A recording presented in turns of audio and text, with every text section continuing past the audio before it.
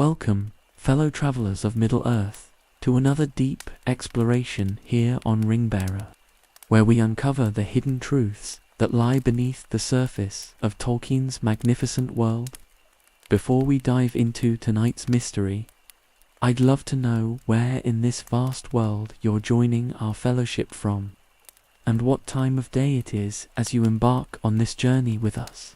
Whether you're starting your morning with coffee in Australia, taking an afternoon break in Europe, or winding down your evening somewhere in the Americas, you're part of something special here on Ringbearer, a community dedicated to discovering the secrets that even devoted fans of the Professor's work have never considered.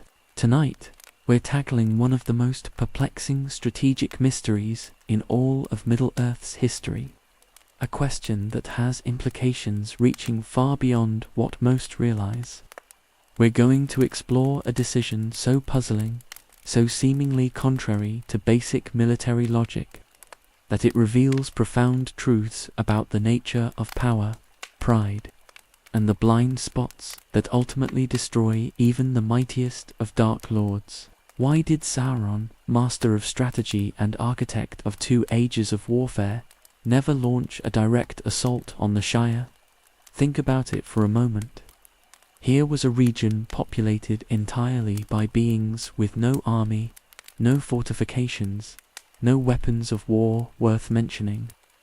The hobbits had no standing military, no alliances with greater powers, no strategic resources that would make conquest difficult.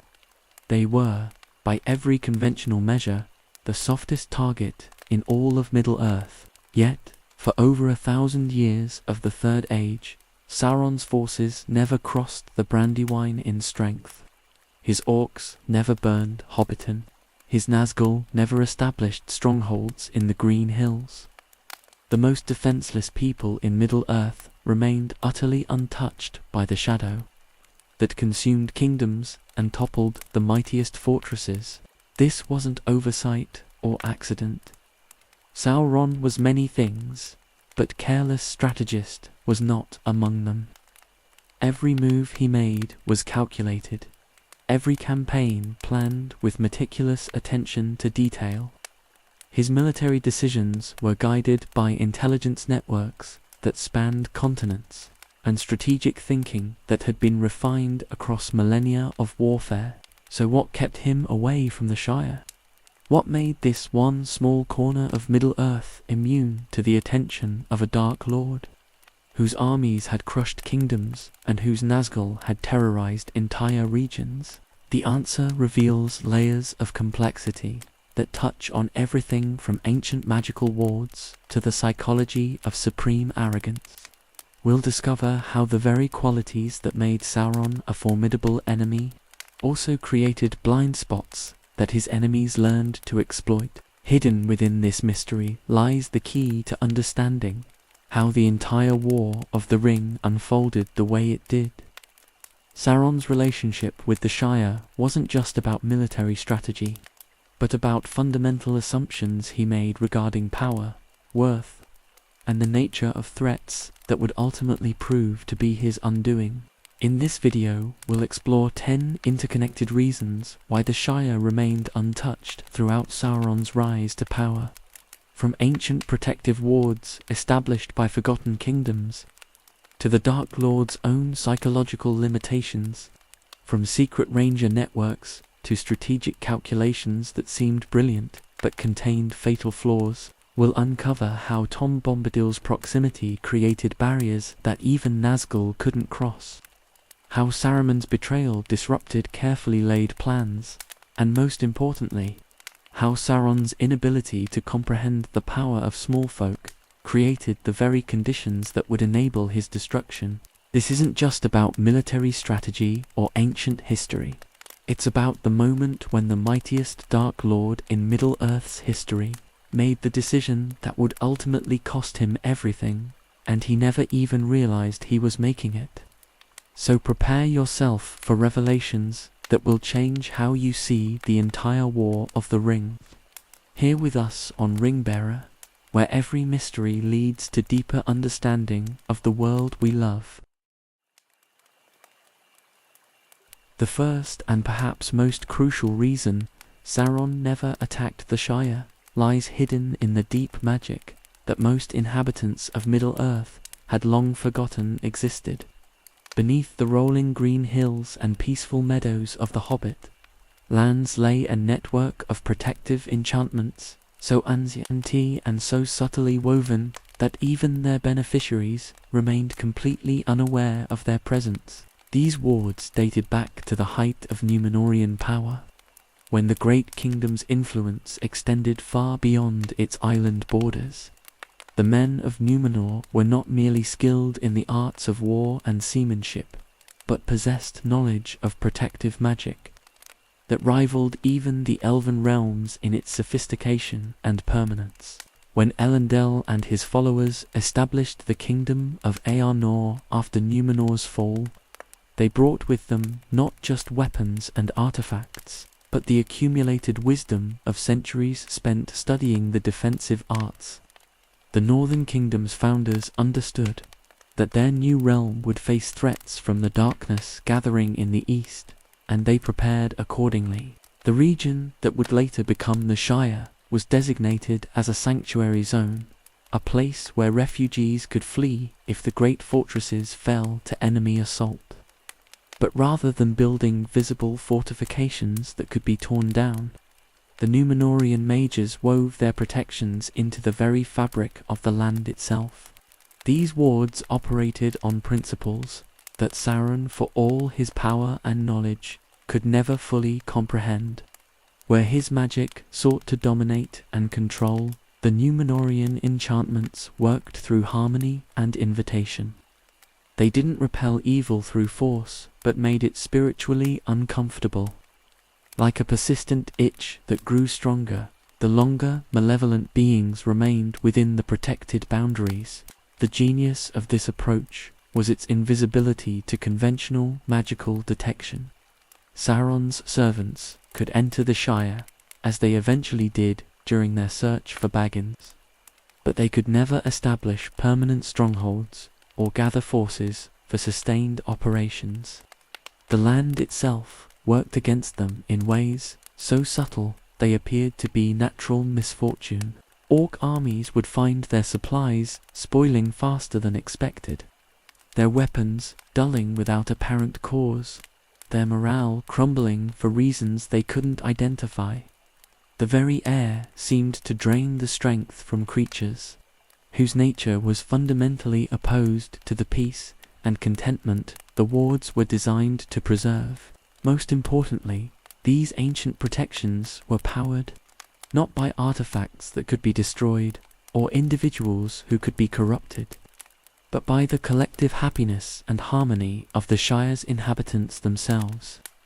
Every shared meal, every celebration, every act of neighborly kindness strengthened the invisible barriers that kept darkness at bay. Sauron sensed the presence of these protections, but could never locate their source or devise effective counters to their influence. His attempts to probe the Shire's defenses met with frustration that he attributed to the region's strategic insignificance. Rather than recognizing the sophisticated magical resistance he was encountering, the Dark Lord never realized that his greatest enemies had learned from his own methods, creating defenses that turned his strengths against him, and exploited the very qualities that made his other conquests possible. The second crucial factor in the Shire's protection was perhaps the most ironically effective. Sauron's own supreme arrogance prevented him from taking hobbits seriously as anything more than amusing curiosities, until the moment when his oversight became catastrophic. This wasn't mere strategic miscalculation, but a fundamental character flaw that had shaped his thinking for millennia. Throughout his long existence, Sauron had learned to measure threats by conventional standards of power and influence. Kings commanded armies, wizards wielded magic, elven lords possessed ancient wisdom, and artifacts of great potency. These were the forces that had opposed him in previous ages, the enemies whose capabilities he understood and respected. Hobbits fit none of these categories. They had no kings worth the title, no armies beyond the occasional militia armed with farming tools, no magical traditions, no ancient artifacts, no political influence beyond their own borders. By every metric Sauron used to evaluate potential threats, they registered as completely negligible. This dismissive attitude was reinforced by intelligence reports from his vast network of spies and servants. When his agents bothered to investigate the Shire at all, they returned with accounts that only confirmed his preconceptions. Here was a people obsessed with meals and gardening, whose greatest controversies involved property boundaries and the proper pronunciation of family names. The Dark Lord had conquered kingdoms whose armies numbered in the tens of thousands, corrupted wizards whose power could level mountains, and dominated regions whose strategic resources could fuel decades of warfare.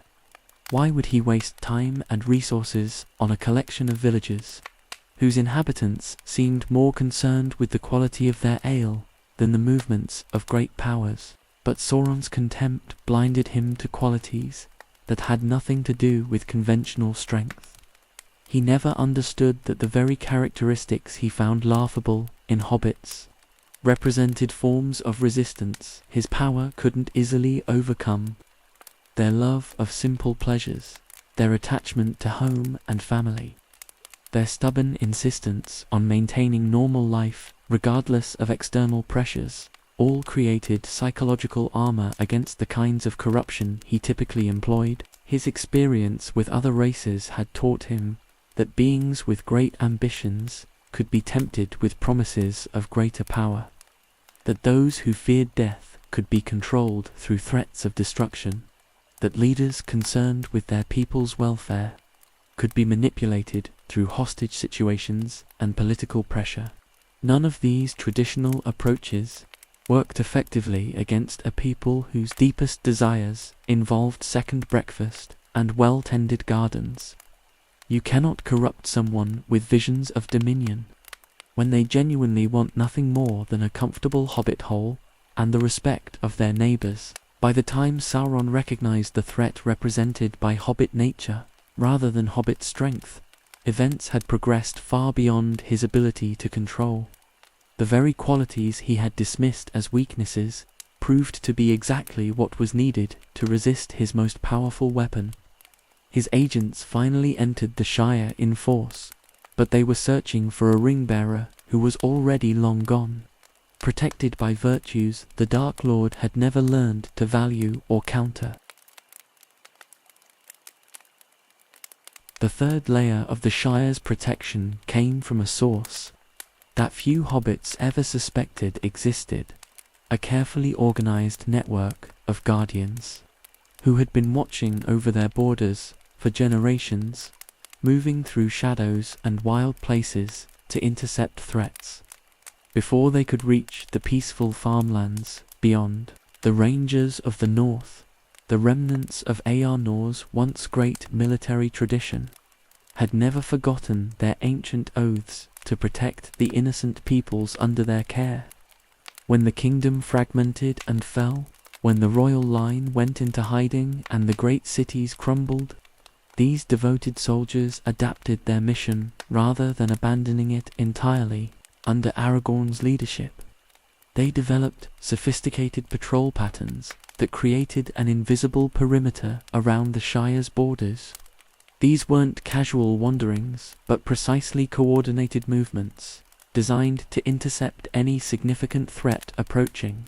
From the wildlands beyond Hobbit territory, the Rangers possessed intimate knowledge of every path, every ford, every hidden valley that might serve as an approach route toward the Shire. They knew which mountain passes were most likely to be used by orc bands, which river crossings would appeal to wolves and other dangerous creatures, which forest tracks might hide bandits or worse threats. More importantly, they understood Sauron's tactical preferences and the movement patterns of his various servants. Decades of fighting a guerrilla war against the forces of darkness had taught them to recognize the signs of impending orc raids, to identify the territories that Nazgul preferred for their hunting grounds, to predict where threats would emerge before they fully materialized. This intelligence network extended far beyond the rangers themselves. Friendly contacts among the Bree folk, isolated farmers willing to share information, even cooperation with Tom Bombadil when circumstances required it, all contributed to an early warning system that could detect hostile movements days or weeks before they threatened Hobbitlands. The Rangers' protection wasn't passive observation, but active intervention conducted with ruthless efficiency. Orc bands heading toward the Shire would find themselves harassed by invisible enemies who struck from ambush and disappeared before retaliation was possible. Supply lines would be cut, scouts would vanish, morale would crumble under the pressure of constant small-scale attacks. These interventions were carried out with deliberate care to avoid creating incidents that might draw larger attention to the Shire's existence, rather than dramatic battles that would be reported back to Sauron's commanders. The Rangers specialized in making threats simply disappear, as if the wildlands themselves had swallowed them. Sauron's forces learned to avoid certain regions, not because they knew Rangers patrolled there, but because those areas had developed reputations for mysterious disappearances and unexplained disasters. The Dark Lord never realized that his servants were being systematically prevented from discovering what lay beyond those dangerous borders. The hobbits remained blissfully unaware that their peaceful existence depended partly on men who spent their lives ensuring that certain kinds of visitors never reached their gates. The fourth reason for Sauron's neglect of the Shire lay in his fundamentally sound, but ultimately flawed strategic doctrine: concentrate overwhelming force against the most dangerous enemies first, leaving smaller territories for later cleanup operations. This approach had served him well in previous conflicts, but it created blind spots that would prove catastrophic in the War of the Ring. Sauron's military planning operated on principles that had been proven effective across millennia of warfare. Defeat the strongest opponents while they remain isolated from each other. Prevent the formation of large alliances. Eliminate centers of organized resistance before they can coordinate effective opposition. These weren't the delusions of a mad tyrant, but the calculated decisions of someone who understood how wars were won and lost. Gondor represented the most obvious threat to his ambitions. A kingdom with professional armies, fortified cities, and strategic resources that could sustain prolonged resistance. The realm's military tradition stretched back to the Second Age. Its soldiers were well trained and properly equipped, and its fortifications had been designed specifically to withstand assault from Mordor. Rohan posed a different but equally serious challenge, with cavalry forces that could strike deep into his territory, and mobile tactics that made them difficult to pin down and destroy. The Horse Lords had proven their effectiveness in previous conflicts, and their alliance with Gondor created exactly the kind of coordinated resistance that had to be crushed before it could fully develop. The Elven realms presented perhaps the greatest long-term threat. With their ancient knowledge, powerful artifacts, and deep understanding of the magical arts that formed the foundation of his own power, Rivendell and Lothlorien weren't just military obstacles, but centers of wisdom that could uncover secrets he preferred to keep hidden. These major powers commanded Sauron's attention, not from paranoia but from legitimate strategic necessity. Each possessed capabilities that could seriously damage his forces, resources that could sustain extended campaigns, and leadership experienced enough to exploit any weaknesses in his defensive arrangements. The Shire, by contrast, offered none of these challenges. It had no army that could threaten his borders, no fortifications that would require siege equipment to reduce, no strategic resources worth capturing, no leadership capable of organizing meaningful resistance.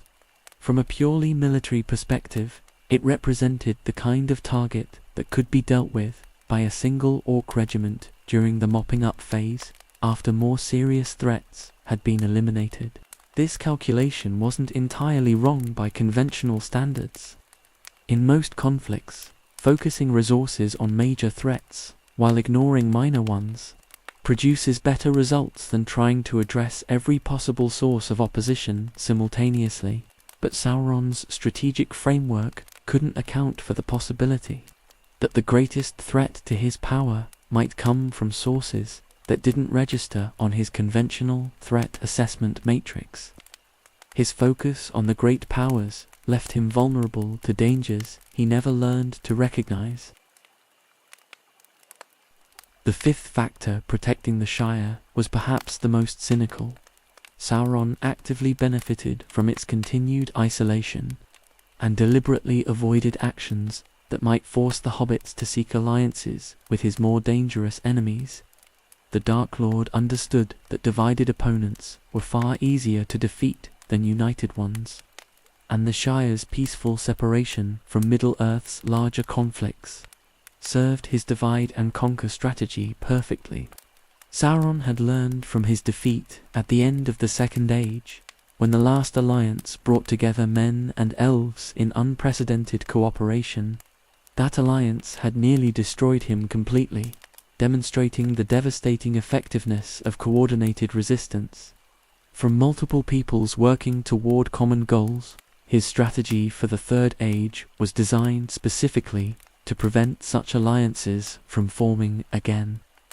Keep the great powers focused on their own immediate concerns. Maintain suspicion and rivalry between potential allies. Ensure that when the final assault came, each enemy would face it alone, rather than as part of a unified resistance. The Shire's contentment and isolation were valuable assets in this larger game. As long as the hobbits remained happily absorbed in their own affairs, they would never seek military alliances with Gondor, or political connections with the Elven realms. Their very disinterest in the outside world made them useless as messengers, diplomats, or coordinators between his enemies. More importantly, their peaceful existence served as a buffer between other potential allies. The geographic position of the Shire created a gap in communication and travel routes that made coordination between northern and southern powers more difficult and time-consuming. If Sauron had attacked the Shire early in his return to power, the assault would have sent refugees fleeing to every corner of Middle-earth, with tales of renewed aggression from the east. These refugees would have carried urgent warnings to Rivendell, Lothlorien, Gondor, and Rohan, potentially catalyzing exactly the kind of early alliance he was trying to prevent. The destruction of an obviously innocent and defenseless people would have provided his enemies with a rallying cry that could overcome centuries of mistrust and political division.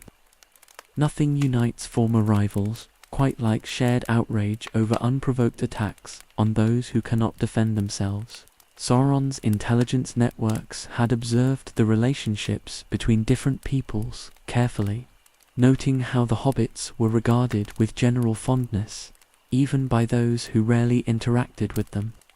Their destruction would have created emotional bonds between his enemies that purely political considerations might never have achieved.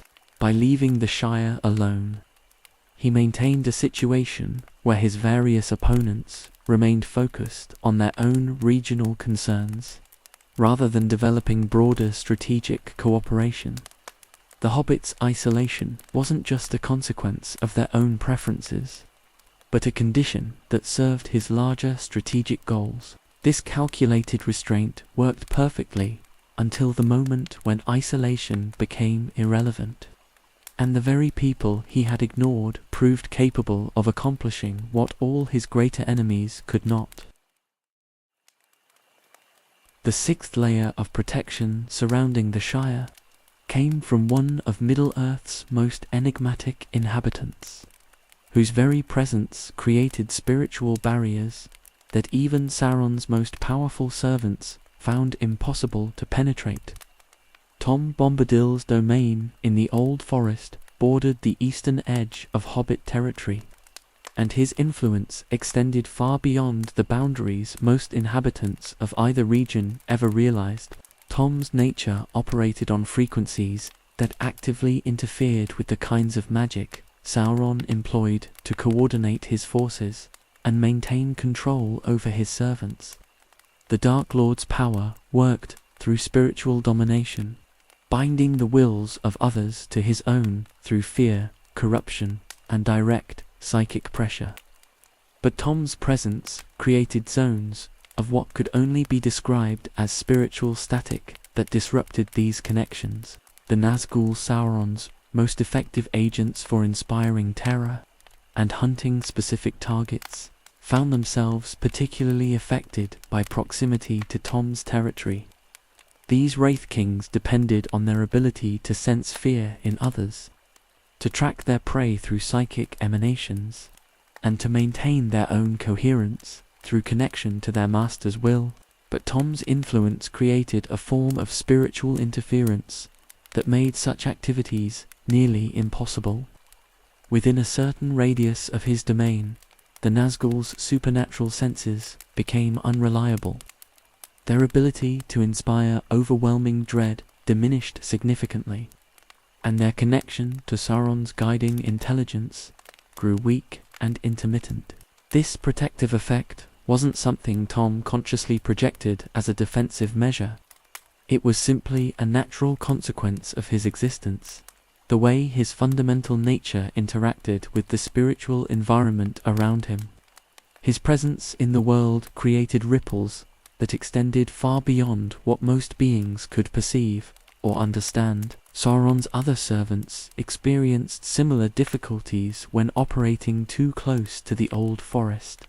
Orc patrols would find their sense of direction failing, their courage evaporating for no apparent reason, their ability to maintain unit cohesion breaking down, as individual members became distracted by half-remembered dreams of peace and contentment. The Dark Lord recognized that something in that region actively opposed his influence, but he could never identify its exact source or nature. His attempts to probe the area met with consistent failure, as if his own magical sight became clouded. Whenever he tried to focus too intently on what lay beyond the forest's borders, this buffer zone effect meant that any approach to the Shire from the east would have to contend with Tom's disruptive influence, making coordinated attacks far more difficult to organize and execute. Small bands of enemies might slip through, but the large-scale operations that would be needed to conquer and occupy Hobbit territory faced supernatural obstacles that Sauron could neither understand nor overcome. The Hobbits themselves remained unaware that their peaceful neighbor provided protection that complemented the ancient wards woven into their own lands, creating multiple layers of defense that operated on different principles but served the same essential purpose. The seventh strategic consideration that kept Sauron away from the Shire was his acute awareness that timing would be everything in his bid for total dominion over Middle-earth. An assault on the Hobbits would have triggered the formation of a grand alliance years, or even decades before his preparations were complete, forcing him into a premature final confrontation when victory was far from assured. Sauron's timeline for conquest was carefully calibrated to maximize his advantages, while minimizing his enemy's ability to respond effectively. His forces needed time to rebuild their strength. His industrial capacity at Mount Doom required years to reach full production, and his network of spies and corrupted allies needed decades to position themselves properly throughout Middle-earth. Most critically, he needed his enemies to remain complacent about the level of threat he represented, until the moment when their realization came too late to organize meaningful resistance. This delicate balance required him to demonstrate enough strength to inspire fear and submission while avoiding actions so dramatic that they would shock his opponents into immediate alliance. An attack on the Shire would have shattered this careful equilibrium instantly. The hobbits might lack military strength, but they possessed something far more dangerous to Sauron's long-term strategy: universal sympathy from every free people in Middle-earth. Unlike conflicts between major powers, which often involved complex political considerations and historical grievances that prevented clear moral judgments, an assault on the Shire would have presented a situation of absolute moral clarity.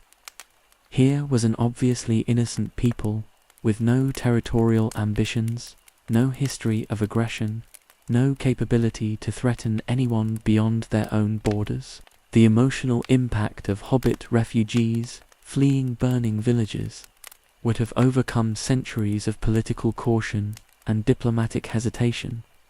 Elrond would have been forced to abandon his careful neutrality, Thranduil would have had to set aside his isolationist policies, and Denethor would have found himself unable to justify his kingdom's traditional focus on purely defensive strategies. More dangerous still, such an alliance would have formed while Sauron's enemies retained capabilities. He was counting on them losing through gradual attrition and internal decay. Gondor's military strength in the early Third Age far exceeded what it would become by the time of the War of the Ring. The Elven realms possessed artifacts and knowledge that they would eventually lose through departure and the passage of time. An early alliance might have included powers that would be unavailable for the actual War of the Ring. The Blue Wizards might have returned from the east. Other elven lords might have delayed their departure for Valinor, the Undying Lands. Even sleeping powers, like the Ants, might have been roused to action by clear evidence of renewed evil in the world. Sauron understood that premature exposure of his intentions would force him to fight his enemies at their strongest rather than their weakest. A gamble he was unwilling to take until his own preparations were absolutely complete. The eighth reason Sauron never attacked the Shire reveals the darker psychological aspects of his strategic thinking. He had deliberately reserved the Hobbit lands as the final act in his conquest of Middle-earth, a symbolic culmination that would demonstrate the completeness of his victory over everything good and innocent in the world. This wasn't merely practical military planning, but deeply personal satisfaction that Sauron had been anticipating for centuries. After crushing the great kingdoms, after breaking the will of mighty warriors, after extinguishing the light of the elven realms, he would turn his attention to the one place that had remained untouched by the shadow of his influence. The psychological impact of this final conquest would extend far beyond military significance. The Shire represented everything that Sauron's vision of order sought to eliminate: spontaneous joy, uncontrolled creativity, love given freely rather than extracted through fear, communities that functioned through cooperation rather than dominance. In his twisted understanding of perfection, the transformation of the Shire would serve as proof that his system could succeed anywhere, that even the most naturally resistant cultures could be broken down and rebuilt according to his specifications. If hobbits could be made to serve his vision of order, then truly nothing in Middle-earth would remain beyond his reach. Sauron envisioned the final stages of this conquest with particular relish. The hobbit holes would be transformed into barracks for his servants, the green fields converted to industrial sites supporting his war machine, the party tree cut down to feed the furnaces, that would forge chains for any remaining free peoples elsewhere in the world. But beyond the practical uses he would make of Hobbit territory, Sauron craved the symbolic value of breaking a people whose very existence seemed to mock his entire worldview. Their contentment without conquest, their prosperity without exploitation, their happiness without dominion over others, all represented principles that his nature found fundamentally offensive. The complete corruption of the Shire would serve as his final argument that his way was not just more powerful but ultimately more realistic than the naive idealism represented by Hobbit society, when even these simple folk had been forced to acknowledge the superiority of his methods. His victory would be complete on every possible level. This planned finale required the Shire to remain intact until the proper moment arrived.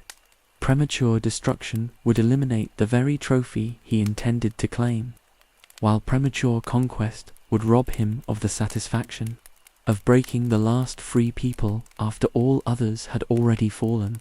Sauron's desire to save the best for last created a protection more reliable than any military defense, ensuring that the hobbits would be left alone until the moment when their isolation would no longer matter, because no allies remained to help them. The ninth factor protecting the Shire was the catastrophic breakdown of Sauron's most important strategic partnership, a division of responsibilities that should have eliminated any blind spots in his coverage of Middle-earth, but instead created the very gap that would prove fatal to his ambitions. Sauron's original plan for reconquest had involved a carefully coordinated two-front approach, with himself handling the eastern and southern theatres, while Saruman managed all western territories from his stronghold at Isengard. This division made perfect strategic sense, placing each commander in position to exploit their particular strengths and geographical advantages.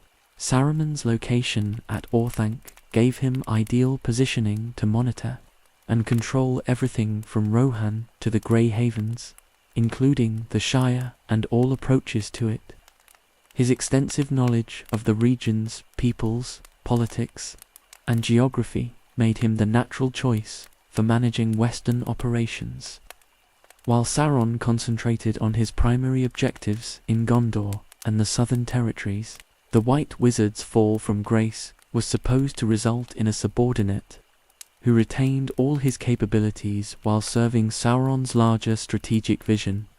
Instead of losing a dangerous opponent, the Dark Lord had gained an incredibly valuable ally whose reputation and apparent authority could be used to manipulate other enemies into poor decisions. Under this arrangement, Saruman would have been responsible for neutralizing potential threats like Rohan's cavalry, monitoring elven activities in Rivendell and Lothlorien, and dealing with minor annoyances like the Shire when the time came for their elimination. His position as head of the White Council gave him perfect cover for gathering intelligence, while his control of Isengard provided the military base needed for Western operations. But Saruman's corruption took a form that Saruman had not anticipated or planned for. Rather than becoming a loyal lieutenant who followed orders and coordinated his activities with the larger campaign, the White Wizard developed his own independent ambitions that put him in direct competition with his supposed master.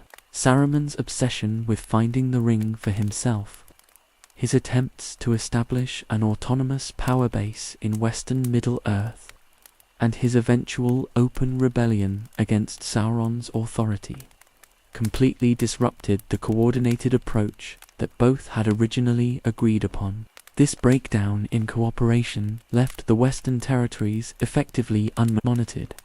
During the crucial final years before the War of the Ring, Sauron found himself forced to manage threats in every direction simultaneously, rather than being able to focus his attention on the primary targets he had identified as most dangerous. The Shire fell directly into this coordination gap.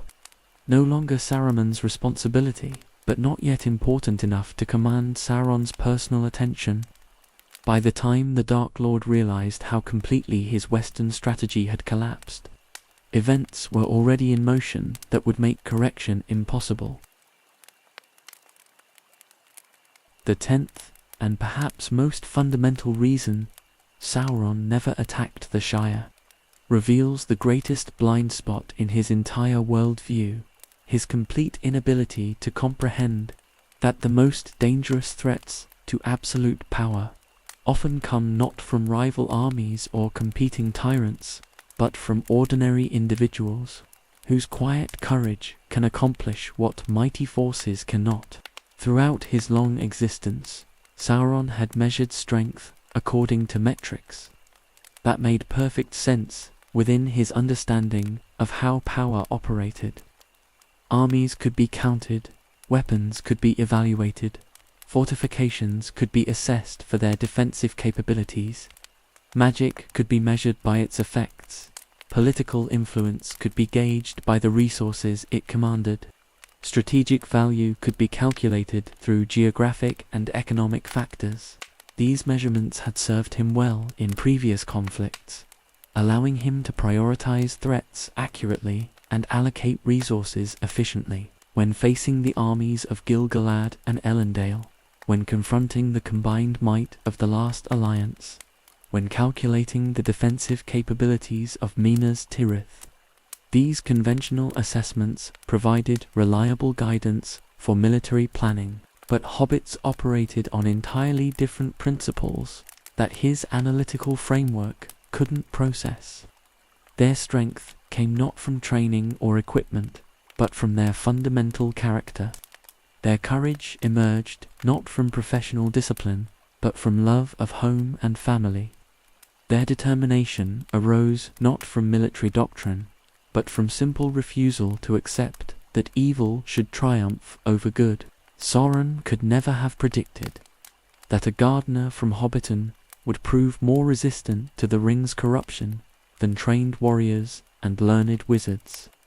His understanding of how beings responded to power assumed that everyone shared his basic assumptions about what made existence worthwhile. The concept that someone might choose suffering over safety, might prefer failure with honor to success through compromise, might find strength in precisely the qualities he considered weaknesses, remained forever beyond his comprehension.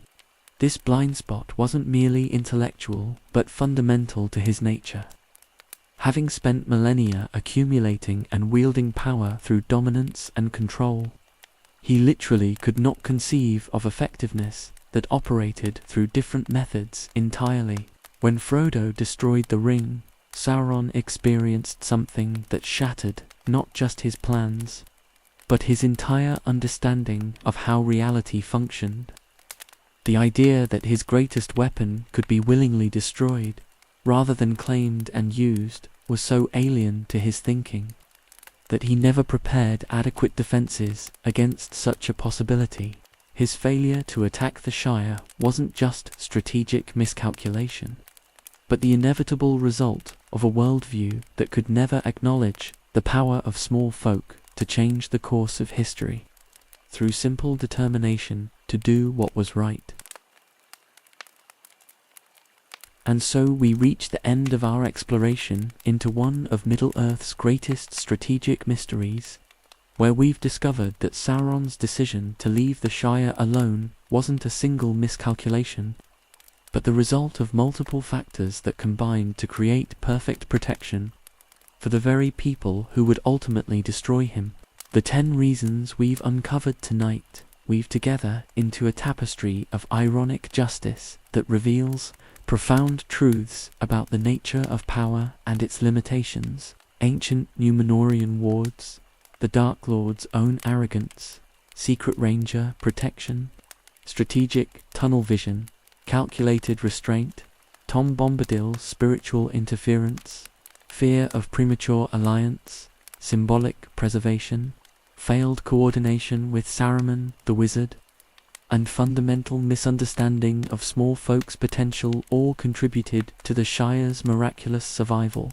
What emerges from this analysis is perhaps Tolkien's most beautiful lesson about the relationship between strength and weakness, between the mighty and the humble. Sauron's very greatness created the conditions for his downfall, while the hobbits' apparent insignificance became their greatest protection. Every decision that seemed strategically sound from Sauron's perspective contributed to creating the exact circumstances that would enable his destruction. His careful planning, his patient timing, his sophisticated understanding of conventional warfare, all served to preserve the one force in Middle-earth capable of accomplishing what no army could achieve. The Shire's protection wasn't accidental, but the natural result of principles that operate throughout Tolkien's work, that evil contains the seeds of its own defeat, that the greatest power often lies in the hands of those who never sought it, and that the most important victories are won not through strength, but through the courage to do what is right, regardless of the cost. Here on Ringbearer, we've seen how the very qualities that made Sauron a formidable enemy also created the blind spots that his enemies learned to exploit. His story reminds us that no power, however great, can account for every possibility, and that the most carefully laid plans can be undone by forces their architects never learned to recognize or value. The hidden reason Sauron never attacked the Shire was that he never understood what the Shire truly represented, proof that there are forms of strength that dominion cannot touch, kinds of courage that corruption cannot break, and ways of being that no amount of power can force into submission. Thank you for joining us on this journey of discovery, fellow travelers. Until our next exploration into the depths of Middle-earth's mysteries, remember that even the smallest person can change the course of the future, especially when the mighty are too proud to notice them coming.